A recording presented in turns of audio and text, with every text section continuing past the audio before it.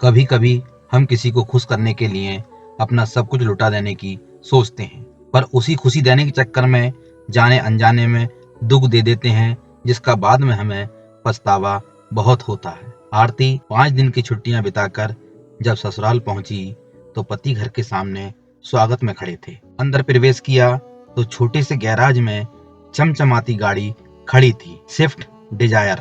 आरती ने आंखों ही आंखों से पति से प्रश्न किया तो पति देव ने गाड़ी की चाबियां थमाकर कहा, कल से तुम इस गाड़ी में कॉलेज जाओगी प्रोफेसर साहिबा। आरती बोली, ओ माय गॉड। खुशी इतनी थी कि मुंह से और कुछ निकला ही नहीं। बस जोश और भावावेश में आकर आरती ने तहसीलदार साहब को एक जोरदार झप्पी दे दी और अमरवेल की तरह उनसे लिपट गई।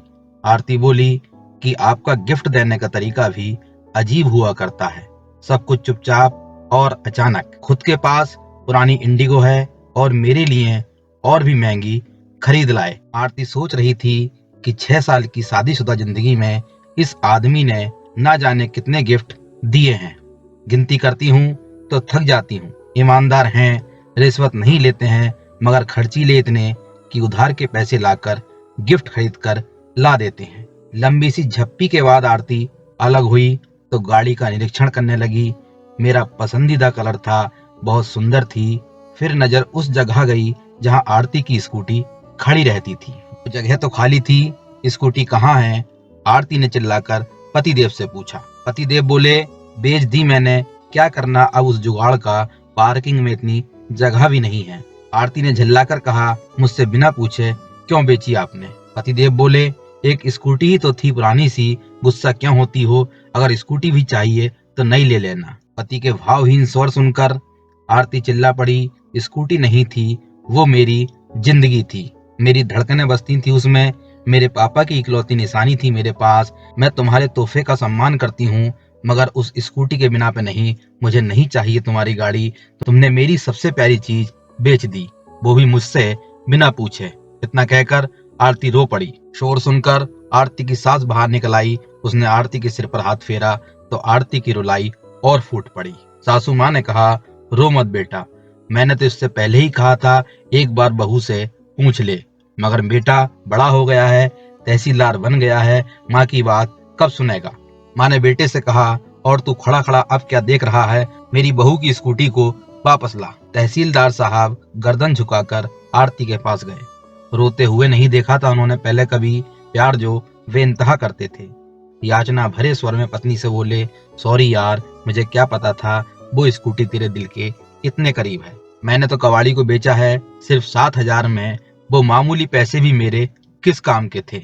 यूं ही बेच दिया कि गाड़ी मिलने के बाद अब उसका क्या करोगी? तुम्हें खुशी देनी चाहिए थी, आंसू नहीं। अभी जाकर लाता हूँ। और इतना कहकर पतिदेव स्कूटी लेने चले गए। आरती अपने कमरे में आकर बैठ गई, सोचने लगी और गहरी सोच में डूब गई। पति का भी इसमें क्या दोष है? हाँ, 1-2 बार उन्होंने कहा था कि इसे बेचकर नई ले लेते हैं। मैंने भी हंसकर कह दिया था कि नहीं, यही ठीक है। लेकिन अचानक स्कूटी ना देखकर आरती बहुत ज्यादा भावुक हो गई थी। और होती भी कैसे नहीं, वो स्कूटी नहीं, औकात थी मेरे पापा की। वो ये सोचती सोचती बीते दिनों में खो गई। जब मैं कॉलेज में थी तब मेरे साथ में पढ़ने वाली एक लड़की नई स्कूटी लेकर कॉलेज आई थी। सभी सहेलियां उसे बधाई दे रही थीं। तब मैंने उससे पूछ लिया, कितने की है?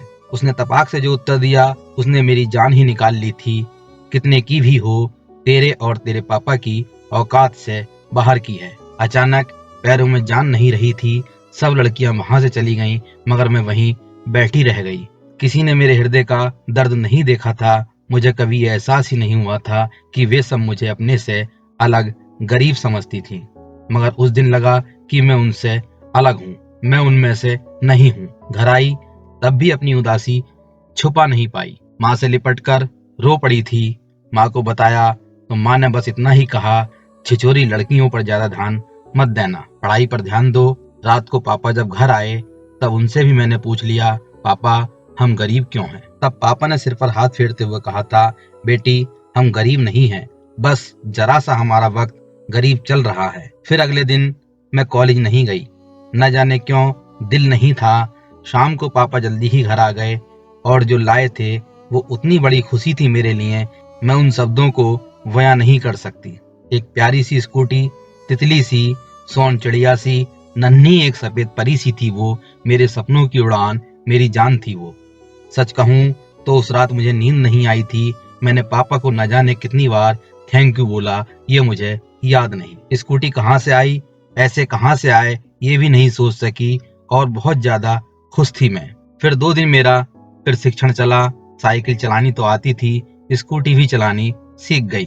5 दिन बाद कॉलेज पहुंची, अपने पिता की औकात के साथ, एक राजकुमारी की तरह, जैसे अभी स्वर्ण जड़ित रथ से उतरी हो। सच पूछो तो मेरी जिंदगी में वो दिन खुशी का सबसे बड़ा दिन था। मेरे पापा मुझे कितना चाहते हैं ये सबको पता चल गया था, मगर कुछ दिनों बाद एक सहेली ने बताया कि वे पापा के साइकिल रिक्शे पर बैठी थी। तब मैंने कहा, नहीं यार, तुम किसी और के साइकिल रिक्शे पर बैठी हो, मेरे पापा का तो अपना टेम्पू है। मगर अंदर ही अंदर मेरा दिमाग झंझना उठा था, क्या पापा ने मेरी स्कूटी के लिए टेम्पू बेच दिया था। और 6 महीने से ऊपर हो गए, मुझे पता भी नहीं लगने दिया। शाम को पापा घर आए तो मैंने उन्हें गौर से देखा।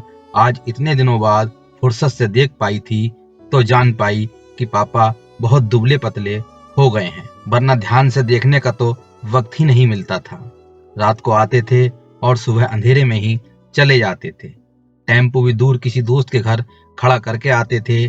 कैसे पता चलता कि वो उन्होंने बेच दिया है। मैं दौड़कर उनसे लिपट गई, पापा आपने ऐसा क्यों किया? बस इतना ही मेरे मुंह से निकला। रोना जो आ गया था, तभी पापा बोले कि तू मेरा गुरूर है बिटिया, तेरी आंख में मैं आंसू कैसे देख सकता हूँ, आखिर बाप हूँ तेरा, चिंता न कर बेटा, मैंने वो बेचा नहीं है बल्कि वो गिरवी रख दिया है और इसी महीने में उसको छुड़ा लूंगा। मैंने पापा से कहा कि पापा आप दुनिया के बेस्ट पापा हो, बेस्ट से भी बेस्ट। इसे सिद्ध करना जरूरी कहाँ था? मैंने स्कूटी कम मांगी थी, क्यों आपने ऐसा किया? 6 महीने से पैरों से सवारियां ढोई आपने। ओह पापा, आपने कितनी तकलीफ मेरे लिए झेली। मैं पागल फिर भी कुछ समझ ही नहीं पाई और मैं दहाड़े मार मार कर रोने लगी। मुझे रोता देखकर हमारे घर के सभी लोग रोने लगे। मेरे दोनों छोटे भाई, मेरी मम्मी भी पता नहीं कब तक रोते रहे।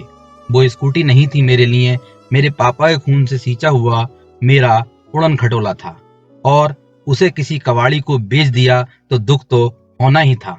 अचानक आरती एकदम नींद से जागी। एक जानी पहचानी सी आवाज कानों में पड़ी। स्कूटी की आवाज उसके कान में पड़ी। उसके पति देव यानी तहसीलदार साहब उसको चलाकर ला रहे थे और आरती की आंखों में आंसू आ रहे थे। और ये सब देखते हुए उसे पति देव पर बहुत प्यार आया और सोचने लगी कि मुझे ऐसा लग रहा था जैसे आज मेरे मरे हुए पिता की औकात नीलाम होने से बच गई। दोस्तों, ये सच ही बात है कि कुछ गिफ्ट ऐसे होते हैं जिसके सामने लाखों रुपयों का गिफ्ट भी बेकार होता है, जिनमें हमारी यादें छिपी रहती हैं, जिन्हें देखकर हम अपने बीते दिनों को नहीं भूल पाते। खास तौर पर उस तोहफे को जिसमें प्यार ही प्यार छिपा हो, बिना स्वार्थ का प्रेम। ये कहानी आपको कैसी लगी कमेंट करके जरूर बताना।